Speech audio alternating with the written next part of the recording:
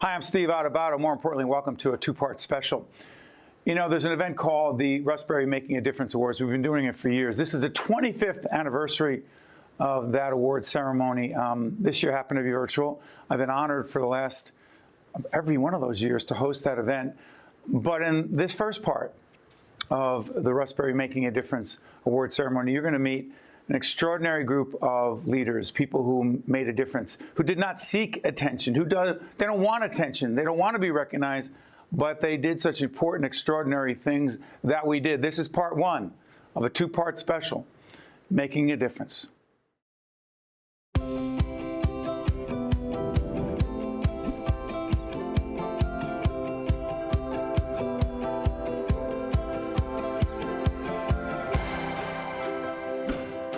Hi, folks. I'm Steve Adubato. This is a very special event. Yes, it's virtual, but no less special. This is the 25th Russell Berrie Making a Difference Award ceremony.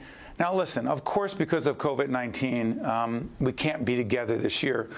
Cross our fingers, next year we will, but this year we're doing this virtually. 1997 was the first year that the Russell Berrie Award started. Let's go to 2021. So that's 25 years. Get these numbers. These numbers are powerful. These statistics are staggering in a good way. Over 3,800 unsung heroes have been nominated. 380 individuals have been honored from every corner of the state, and $3.75 million have been awarded in these presentations and these award ceremonies that, by the way, I've been honored to have been moderating and hosting from the beginning. Now, some of the nominations came in before the pandemic. Some of them came in after the pandemic, but all of the nominees, all of those who we recognize in this virtual event are making a huge, huge difference in their communities. Let's kick things off. So a while back, I had the opportunity to sit down with Angelica Berry, who you know is the president of the Board of Trustees of the Russell Berrie Foundation, and Scott Berry, who is the vice president of the board. Now, what did we talk about in the conversation you're about to see? Obviously, we talked about Russ. We talked about his legacy. We talked about the reasons why there's a Making a Difference Awards, and we talked about all the difference that has been made in these past 25 years. Let's check out that compelling conversation. Let's go back, okay? 25 years ago. So Russ first brings up the idea of the awards, the Making a Difference Awards. Angelica, your first reaction was? I thought it was a harebrained idea. I said, how are you going to find all these people? I didn't think it was going to fly. There were too many logistical things that we were not equipped to do. And fortunately, we had a wonderful partner in Ramapo, and it worked out. And it turned out to be one of his brightest and most heartwarming ideas. I thought it was an interesting idea and an interesting way to really set examples and to get images of people doing things for the greater good that could be transmitted to other people to do things that perhaps would not be recognized for the great things that they do, but set an example. Well, Russ was one of a kind. He was unique in his character, and he was comfortable in his own skin. I guess my anecdote for my father is that he was a big teddy bear. And in many ways, although he came across as a very powerful and assertive businessman, he also would cry at the drop of a hat watching a movie, that had some sentimentality to it. When you think about the people who've won this award, well over 300 honorees of for the Making a Difference Awards over 25 years, those are some of the traits, just some of the traits that talk about who Russ was and why he still matters today. I think they're all social entrepreneurs, and Russ would have loved that because he himself was very entrepreneurial. They were, in a sense, like him. They weren't afraid to go where others feared to tread. And they were not afraid to be pioneers. And I think that every one of them was unique in the work that they do. And these are traits that I feel reflect some of the best traits of Russ. You know, he had an ability to relate to just about everybody. So I think he would consider this part of his family, and all the people who have received these rewards over the years, part of his extended family. I want to thank Angelica and Scott for that powerful and compelling conversation. Now let's introduce our first honorees. 19 awards are being presented at this virtual ceremony. Now, as you know, the 2020 ceremony was canceled, and we're recognizing honorees from 2020 and 2021 today. So the first group of honorees, let's talk about them. These are people who are providing young people in New Jersey with opportunities to reach their full potential. They've improved the lives of thousands of children in education and the arts. They deal with issues of social equity, racial justice. These are people who are making a huge difference in the lives of young people. Let's take a look.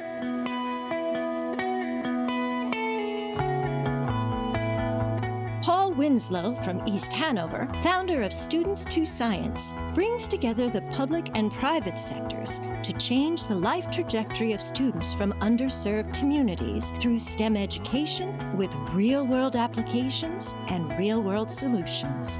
I often tell people there's blue collar, there's white collar, and there's no collar, and I was in the class of no collar. And so I grew up in a small town south of Boston, and was fortunate enough to graduate from high school and go on to college. Got a job at Union Carbide in the Specialty Polymers and Composites division. I bought a small testing laboratory in Madison, New Jersey.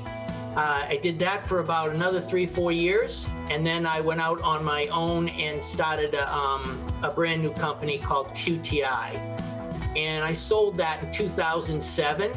I woke up one day and I was deathly afraid that I would have nothing to do. So one of the things I decided was that education made a difference in my life. And so I decided to start Students to Science. From day one, our mission has been the same and has not changed: to inspire, motivate, and educate students from underserved communities to pursue careers in science, technology, engineering, and math. You know, 90+% of the students that come to our facility are in underserved communities. I can tell you back in March of last year, March 16th was the day when we shut our laboratories down. I didn't think S2S would survive or ever open up again, okay? And that was a very sad day for all of us. We all gathered together and we just, we're like, well, we did the best we could. But we not only survived, but we thrived. And we only thrived because of the hard work, dedication, and diligence of all the people involved. And we're really, really excited about opening back up in September and coming back even stronger. So that's what it means to me. Wilhelmina Holder, Newark, is president of Newark Secondary Parents Council and co-director of the High School Academic Support Program. Decades after having children in the public education system, she continues to advocate for equity and opportunity for young people in Newark public schools. My work in education came about because when my children entered middle school, actually.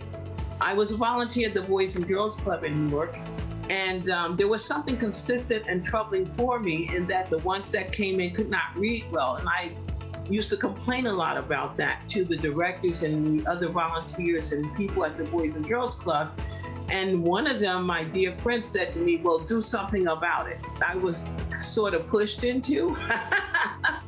I'd like to say that I believe in justice, and I'm just perplexed as to why systems don't really work well for people.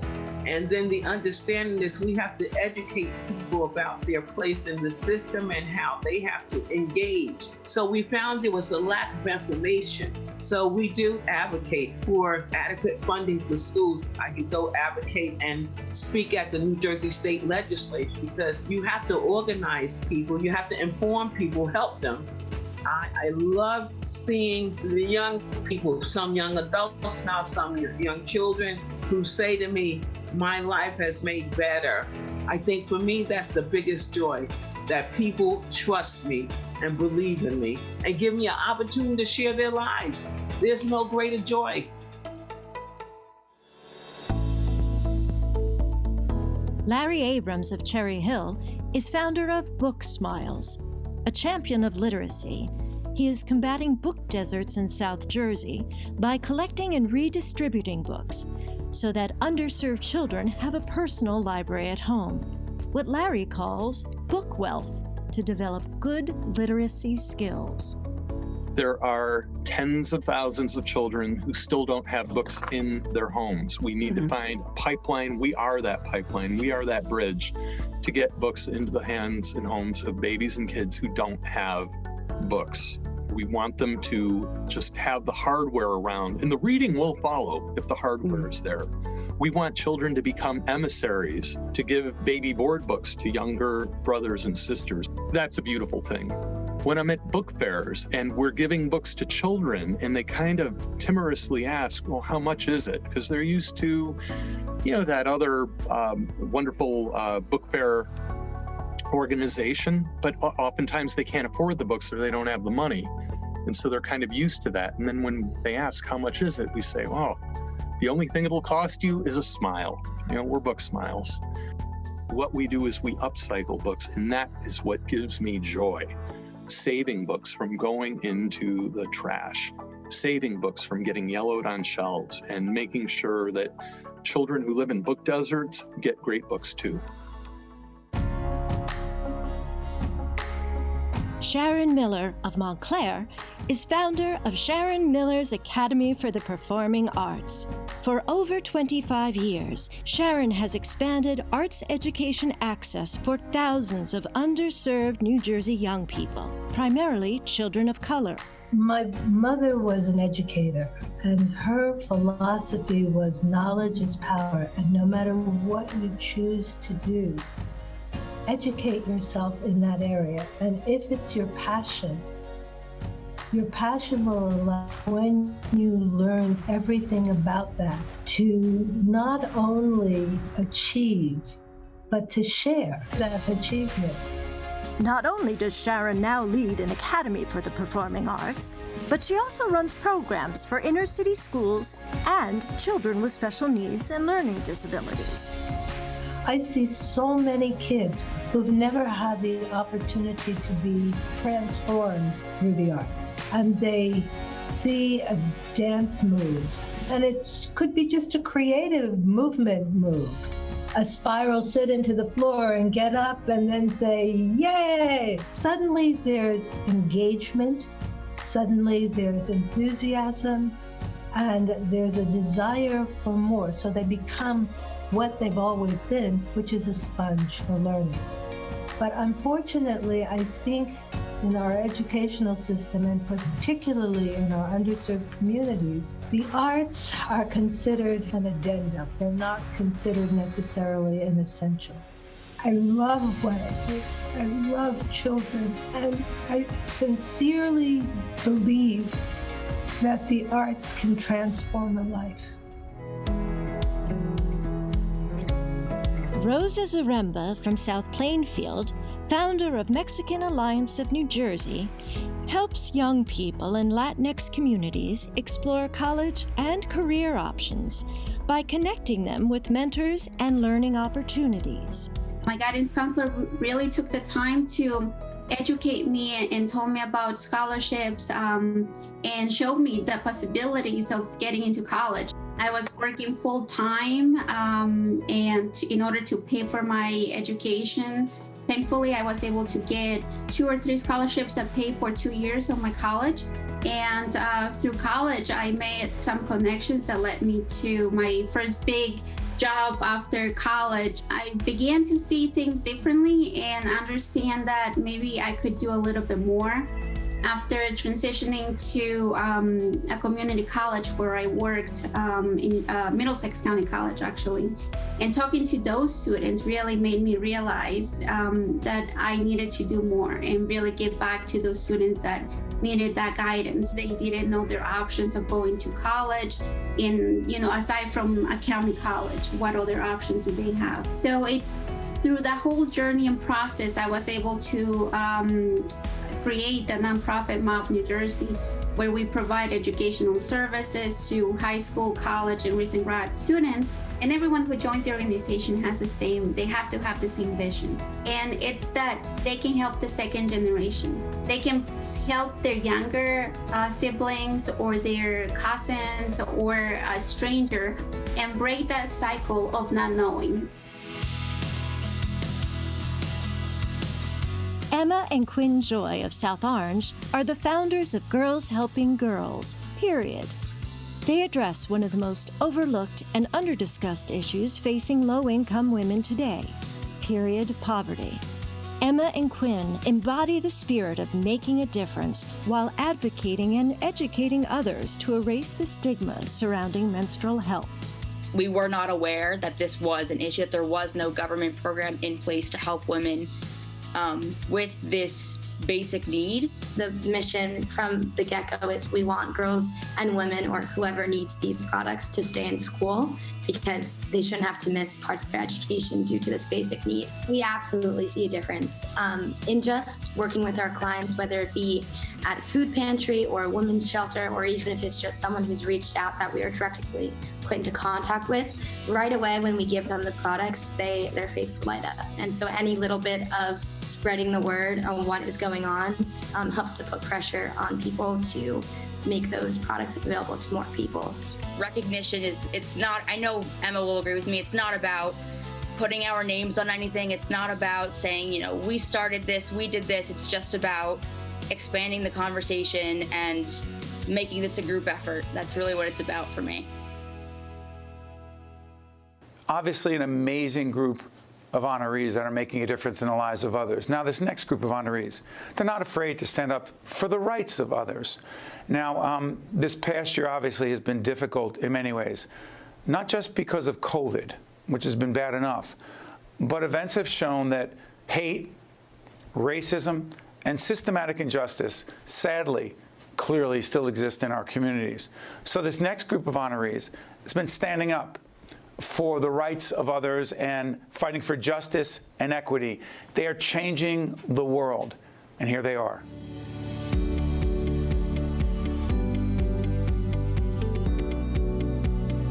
Cheryl Olitsky of North Brunswick is the founding director of Sisterhood of Salam, Shalom, whose mission is to build trust, respect, and relationships between Muslim and Jewish women and teenage girls. Her inspiration for the group came after a trip she took to the Auschwitz concentration camp in Poland. I said, you know what? The Holocaust happened because not enough people rose up and took action. I'm going to go home and take action. And I feel terrible that I really don't have a circle of Muslim friends, and I'm not in the community to help protect them and speak out. I'm going to change that. Cheryl reached out to a local mosque and was introduced to Ataya Afteb, and their journey began. We started our little chapter, one chapter, in about 2010. So by April of 2016, we had 25 chapters. By November, we had 50. And we now have about 180, of which 20 are teenage girl chapters. We have a total of 9,000 women. And the whole premise of the Sisterhood is that it's easy to hate someone you don't know. But when you know them, it's harder to hate them. And when you care and love them, it's impossible. It's all about listening with your heart. It's all about seeing the world through someone else's eyes, not your eyes. And saying that, you know what? Difference is good. We can celebrate those differences. And I, as a person, can grow because of those differences. Amanda Bacosia of Bloomfield is founder of the GEM Project, which educates young people about critical issues affecting their communities. Through activism and service learning, youth strengthen skills of leadership and community organizing.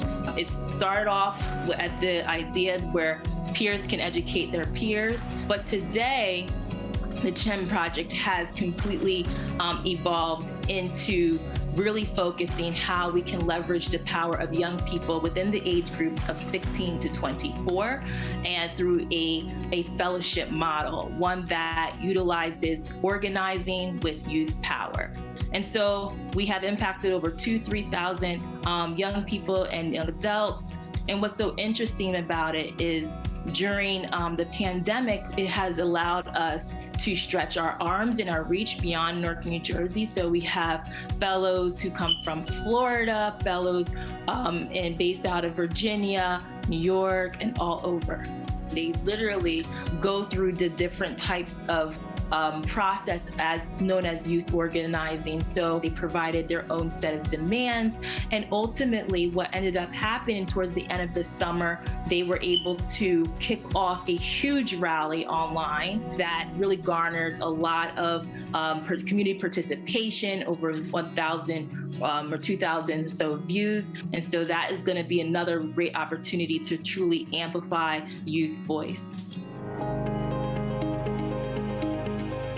Kim Gaddy of Newark has spent more than 20 years on the front lines fighting for environmental justice in New Jersey communities of color, starting in her own South Ward neighborhood. I'm a fourth-generation Newarker. I have lived in the city of Newark all my life. When I started in the environmental field, it was because of my children. I have 3 children, and all of them are asthmatic. And it wasn't until my daughter was diagnosed at the age of 1 that I began to say, oh my God, what is going on? What can I do to kind of prevent the asthma rates, not only in Newark, but throughout the state? Because the one thing, when you see a kid gasping for air, you have no control over that. And so that started my fight 20 years ago.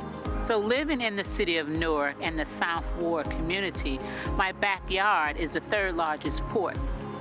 And we have an airport as well.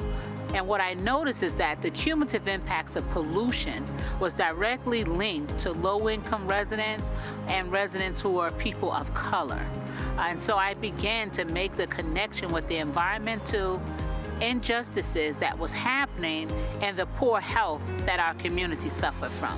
1 out of 4 children in the city of Newark have asthma versus 1 out of 10 in the Essex County surrounding towns.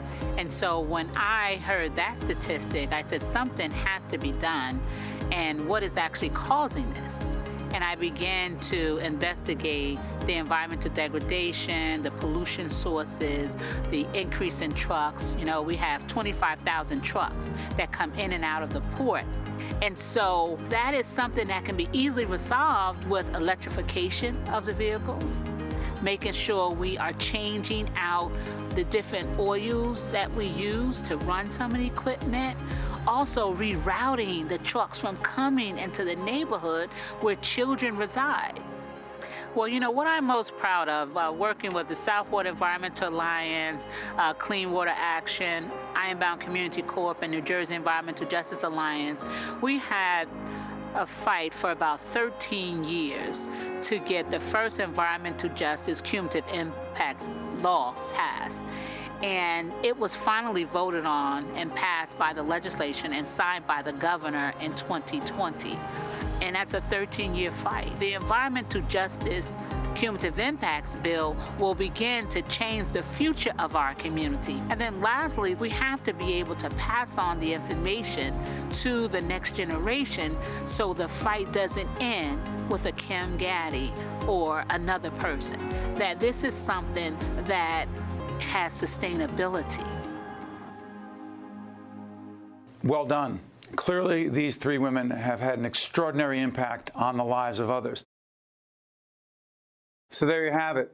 Extraordinary leaders, heroes who make a difference every day. So that was part 1. Make sure you catch us on part 2 of this Making a Difference special, where we see more unsung heroes. You can't afford to miss it.